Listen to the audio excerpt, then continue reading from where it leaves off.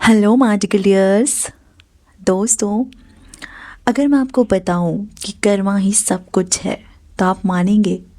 दोस्तों जी हाँ, कर्मा ही सब कुछ है। हमारे जो कर्म है ये सब कुछ है। Everything is Karma. दोस्तों, कर्मा का मतलब है हमारे एक्शंस और उनका असर, चाहे वो अभी का हो, एक दो दिन वाला हो, या फिर 3-4 महीने वाला हो, या 1 साल बाद वाला हो, या कुछ सालों बाद वाला हो, या शायद पिछले जन्म का हो। लेकिन कर्मा का मतलब है हमारे एक्शंस और उनका असर, जो हम जाने अनजाने में करते हैं। अगर आपके पास्ट एक्शन की वजह से आप गिल्ट, पेन या चैलेंजेस फील कर रहे हैं या करते हैं, तो ये ज़रूरी है कि आप अपने कर्म को बैलेंस करें, उसे क्लीन करें। यूनिवर्स हमेशा आपको एक नई शुरुआत देने के लिए तैयार होते हैं। दोस्तों, मैं आपको बता दूं, आप ना जब किसी इंसान को माफ़ करते हो, अपने दिल ही दिल में उनसे माफ़ी मांगते हो, आप उनको अपने कर्मों, आप इसलिए माफ़ नहीं कर रहे हो कि आपका कुछ कुछ ये हो रहा है, आप इस वजह से माफ़ करते हो कि आपके दिमाग में निगेटिविटी ना रहे, आप अच्छे से जी पाओ ज़िंदगी को, आपके अंदर कोई पेन ना रहे, आपके अंदर कोई दुख ना रहे। इस वजह से आप उस सोल को माफ़ करते हैं। इसीलिए कोई भी पर्सन हो, कोई भी इंसान हो, कोई भी चीज़ हो, आप सबसे पहले उस सोल को समझो। सोल है इस तरीके से समझो और उस सोल को माफ़ कर दो, कितना भी बड़ा कुछ हुआ क्यों ना हो। क्योंकि माफ़ करना ही, अगर हम माफ़ नहीं करेंगे तो हम वो जो कर्मा का बैगेज है वो हम हर बार कैरी फॉरवर्ड करते जाएंगे। चाहे अभी हो, अगले साल हो, 1 साल बाद हो, 10 साल बाद हो, क्यों ना हो, पिछले जन्म, अगले जन्म के लिए हो, लेकिन वो बैगेज हमारे साथ जाएगा। इसीलिए माफ़ करना सीखो। और ये प्रोसेस आपको अपनी कर्मा को क्लीन करने में बहुत बहुत ब्यूटीफुल तरीके से काम करेगा। आपकी जो एनर्जी है उसको शुद्ध करेगा और साथ ही आपको जीने में भी मदद करेगा।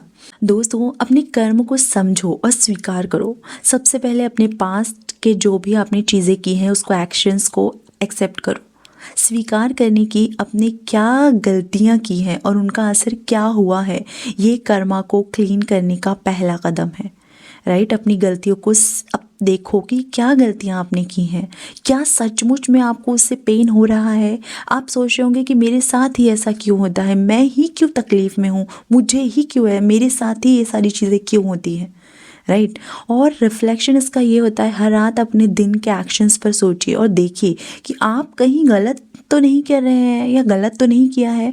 और इसमें यूनिवर्स भी कहते हैं कि स्वीकार और समझ के बिना सुधार संभव नहीं है, इसीलिए आपको स्वीकार करना होगा। उसके बाद है माफ़ी मांगना और माफ़ करना। जो लोग आपसे हर्ट हुए हैं उनसे माफ़ी मांगना ज़रूरी है। दिल ही दिल में मांगो, उन्हें रात को सोते समय अपने दिमाग में लाओ, उनसे माफ़ी मांगो। राइट, उनको वाइब्रेशंस भेजो, उनको लव वाइब्रेशंस भेजो, लेकिन उनको, अपने आप को हील करो। अपने आप को या किसी और को माफ़ करना, या आप नहीं माफ़ कर पा रहे हैं तो कर्मा के असर से मुक्त होना मुश्किल हो सकता है। राइट, माफ़ी देना और लेना दोनों ही कर्म को क्लीन करने में मदद करता है। दोस्तों, ईश्वर मुझे माफ़ी मांगने की शक्ति दे और मुझे माफ़ करने की दया दे, ये एक प्रार्थना है, आप इसको कर सकते हैं। दोस्तों, पॉजिटिव कर्मा को आपको क्रिएट करना है। अपने हर एक्शंस को पॉजिटिव और सेल्फलेस बनाइए। दूसरों की हेल्प करना, काइंडनेस दिखाना और सेवा भाव के से काम करना आपके निगेटिव कर्म को पॉजिटिव में बदल सकता है। इसीलिए हर दिन एक व्यक्ति के चेहरे पर मुस्कान लाए, चाहे वो एक छोटी मदद हो या प्यार से बोली गई बात हो। राइट, मेडिटेशन और हीलिंग की प्रैक्टिसेस आपको करनी ही है। ज़रूरी नहीं है कि हर चीज़ आपको बिल्कुल आसानी से मिल जाए। राइट, मेडिटेशन अपनी कार्मिक एनर्जी को बैलेंस करने का एक पावरफुल टूल है। हर सुबह, शाम या फिर 10 से 15 मिनट के लिए शांति से बैठे और यूनिवर्स से प्रार्थना करें कि आपके नेगेटिव कर्म को क्लीन हो जाए। होपोनोपोनो प्रैक्टिस आप हमेशा कर सकते हैं, हमेशा कर सकते हैं। इंस्टेंट रिजल्ट देने वाली ये प्रेयर है, आप कर सकते हैं। मुझे माफ़ करो, मैं तुमसे प्यार करता हूँ और धन्यवाद और शुक्रिया। दोस्तों, अपनी ग्रैटिट्यूड जो है ना अपने जीवन में आप अपनाओ, अपने जीवन की ब्लेसिंग्स के लिए शुक्रिया अदा करें। ग्रैटिट्यूड कर्मा को बैलेंस को प्रमोट करता है। जब आप यूनिवर्स के प्रति आभारी होते हैं तो आपकी लाइफ में पॉजिटिव एनर्जी का फ्लो बहुत बढ़ता है, अमेजिंग तरीके से बढ़ता है। दोस्तों आप अपने इंटेंशंस जो है ना वो शुद्ध रखिए। एक्शन से ज़्यादा ज़रूरी है आपके इंटेंशंस। अगर आपका इंटेंशन सेल्फलेस है, पॉजिटिव होगा तो आपका कर्मा भी क्लीन होगा। हर काम करते वक्त सोचिए कि क्या मैं इसे किसी की भलाई के लिए कर रहा हूँ, राइट। नेचर और स्पिरिचुअल कनेक्शन को स्ट्रॉन्ग बनाना, नेचर्स के करीब रहना, एक डिवाइन एनर्जी से कनेक्ट रहना भी कर्म को क्लीन करता है। आप समझिए इस बात को। हर दिन कुछ वक्त ध्यान में बिताइए आप अपने डिवाइन कनेक्शन को मजबूत बनाइए, बहुत इम्पॉर्टेंट है। कर्मा को क्लीन करना एक प्रोसेस है जो प्रैक्टिस और सेल्फ अवेयरनेस मांगता है।